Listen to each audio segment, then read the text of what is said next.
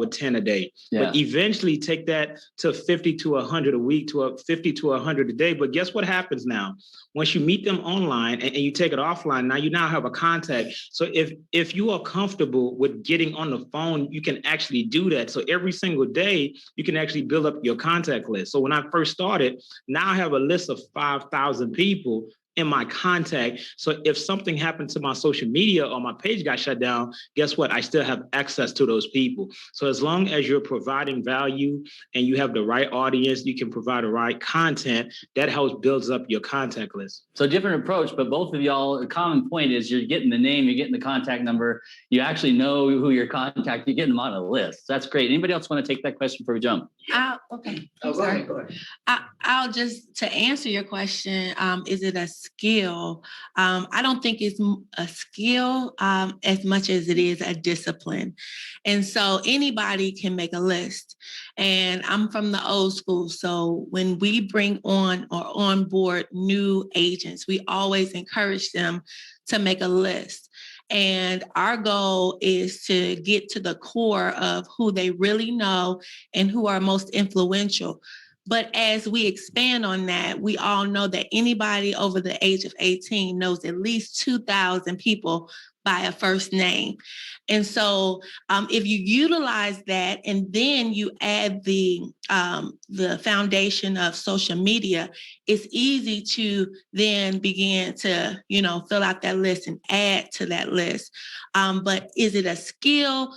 It can be a skill when we advance to like Hanzo is doing. But I think for the most part, it's a discipline. No, I love hearing that. I think most of us, when we start out the business, we've got jobs. We're not doing this full time. In fact, you shouldn't actually quit your full-time job until this maybe doubles or triples your annual income. So for most of us, then this is something that we're doing part-time. I totally agree.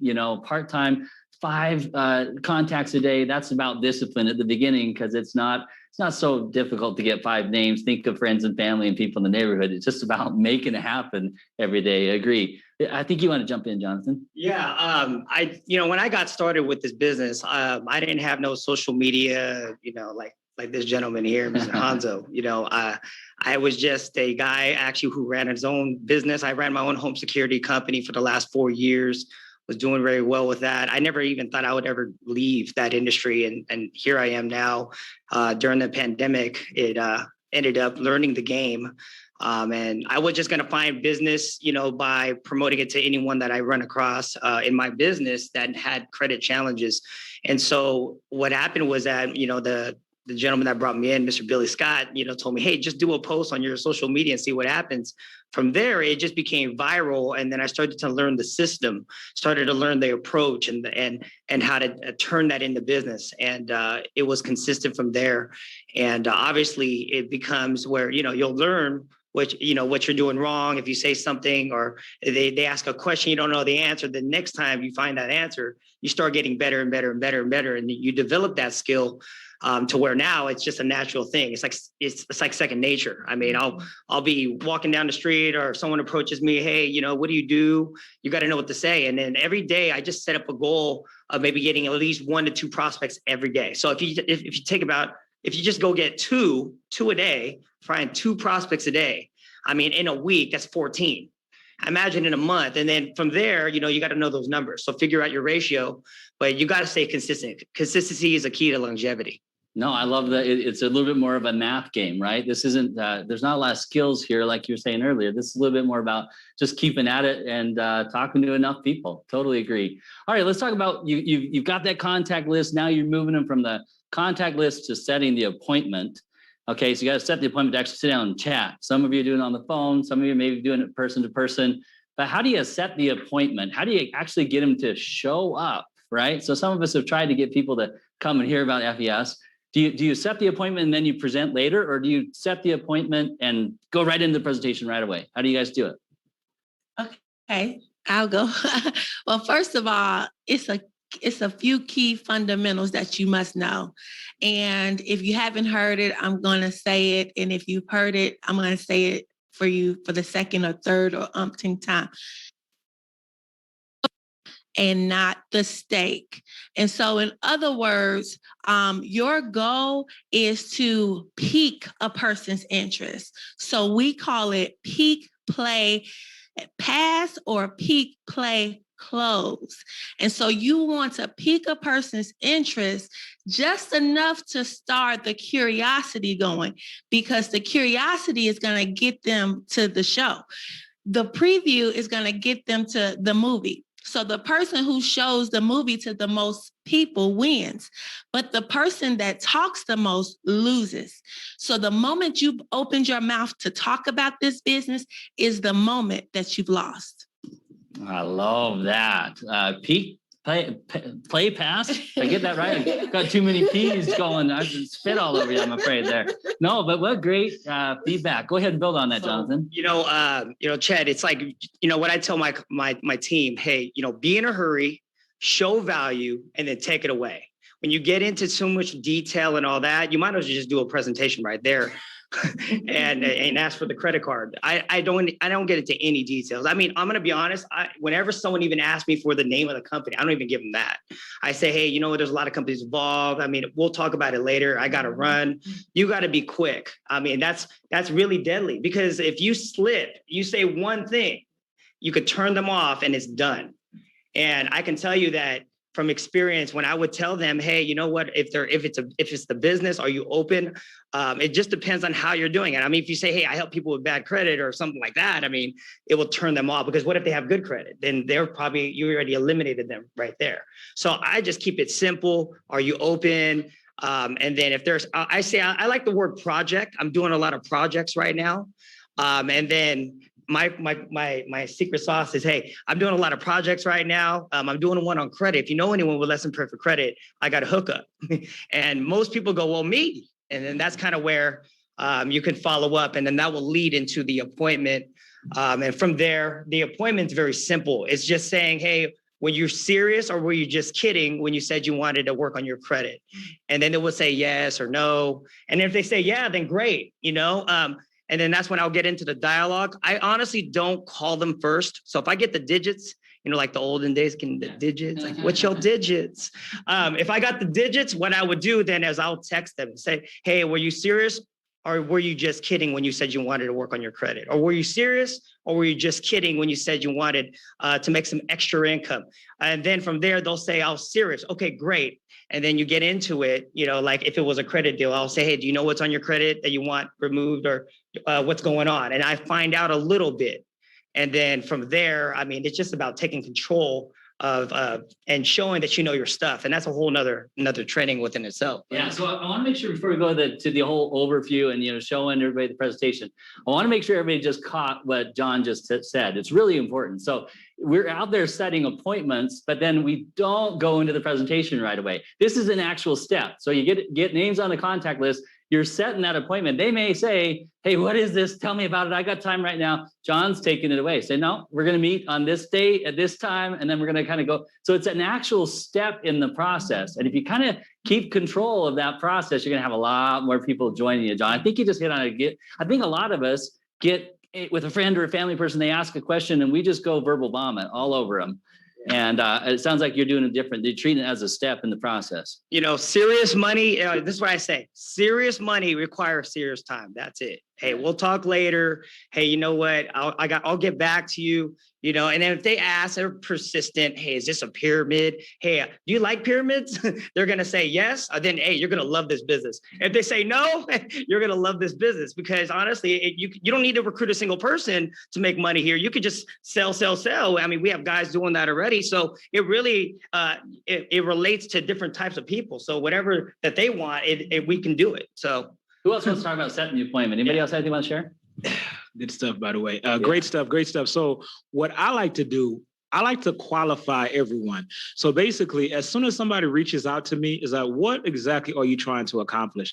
Because my goal is to determine what problem do they have and how are we the solution? So for instance, once I ask, what are you trying to accomplish? So if they're trying to get a property or whatever, what is your credit score? What are some of the negative items if it's credit related? Because I want them to see, okay, there is an issue. And if there's an issue, then my job is to educate you and to get you started. And so that is an easier process for me. Now, for instance, if it's somebody looking to join a team, obviously it's the same thing. Hey, what are you trying to accomplish? Again, I want to touch those pain points. I want to hear the problems, the struggles that they have. Now, I want to see what city and state they're in, because I'm already thinking what team leader that I'm going to plug them in with. But also, I love that term project. So now I'm using, hey, you know what? We are actually having a project in that area. We're looking to build a huge project within the next 6 to 12 months. Are you in or out? Obviously, they're going to tell me that they're in. So the more time that you can get someone to say that they're in, the more time that you can get them to answer yes, the easier the process is to get them to see the tool. So I always remove myself. Like, I'm not going to close them. Even though my posture's on 1,000, I'm always leveraging a tool. If it's a webinar, a recorded webinar, or just sharing that information. Ultimately, I always assume that people are busy. So I always like to say, you know what, we have busy people like yourself that are having tremendous success. Now I'm already eliminating that obstacle, right? And then finally, when leveraging the tool, they can see how simple it is. So I try not to use big words, because as I'm basically bringing that person on or piquing their interest, I want them to see the simplicity of duplication. Like, can they do what I did? I was going to make sure, as you're doing this, make sure that mic is really close. Oh. We want to be able to hear you. Everybody's kind of saying, wait, what's he saying? So, okay. So I'm going to pass this one along. We're talking about the overview now, the presentation, the overview. I want you to talk to us a little bit about retention. So a lot of us doing the overviews, we're talking about becoming an agent, becoming a client, but some of y'all are keeping your agents and your client for a long time. Some of you, maybe you're going fast and may not have as good a retention. So what are you doing in terms of actually doing the FES overview? Do you go fast and try to get it done really fast, or you're trying to do a complete overview? And what does that have to do with retention? Share your thoughts, please. Ok, en cuanto al tema de las retenciones, es bien importante darle seguimiento, ¿verdad? A todos los clientes. Todo es un proceso.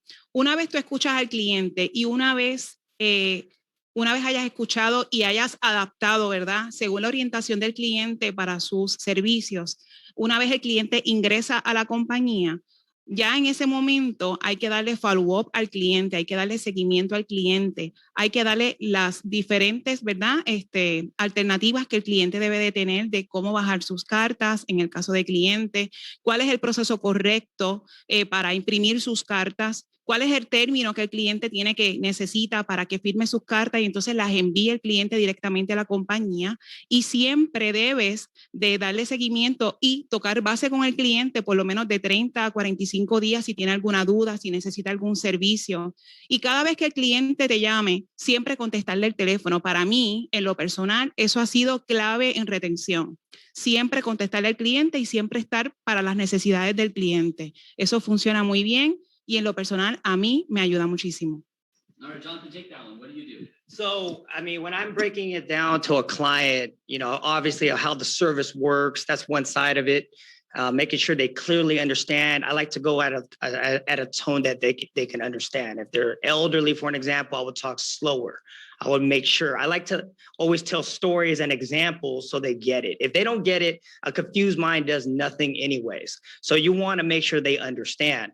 Once they understand the process of what they need to do. So say, for an example, once their credit is ran, our team will pull the report. We'll find everything that's bad. Once we do, then it's from there, the customer would have to mail out the documents. And then you just have to like break it down in detail and steps. And then from there, when it is done, you know, you got to let them know their responsibilities to make sure that they send back anything that the bureaus have sent back to them. So that way we can see what was removed and what wasn't. And then from there, we can go again and try another way if one item or so wasn't removed. And so I kind of like painting the picture. And then what I do from there is when I let them know is that I don't give time frames. It's not ethical to do that. I don't say your credit's going to get fixed in 4 months. And I say it's a process. It could take up to a year. But a lot of our clients are satisfied with it 3 to 4 months. But here's the deal. What happens after your credit gets good? You're going to want to have identity theft. You're going to want to also have a service where you can monitor in case there's any new things that come up on your credit. So you're going to want to use this service long term. So it's just better to keep it and just refer So that way you don't even have to pay for this thing. And then that's kind of where my clients get more excited. I say, hey, most of my clients don't even cancel. They rather just refer the 5 and get that out of the way. Now you got free identity theft and all the other goodies. For and for the price, there's no competition. So I mean, I don't even know. No, totally agree. The point is, there's a great way to do an overview, and I think you just kind of gave us an example of how that works. At the end of the overview, we kind of get to the next step. It's part of the overview, but it's actually a different skill. At the end of that overview, you got to invite somebody to do something, right? That's the key. Now you get to that point where it's 288 or what, how do you have that conversation? Because we're talking money. Money can be awkward for some of us to have that discussion, especially if we're talking friends and family. So how do you invite somebody to either become a client or become an agent? Well, while doing the presentation, and of course, people are going to see themselves either as a customer, an agent, or neither.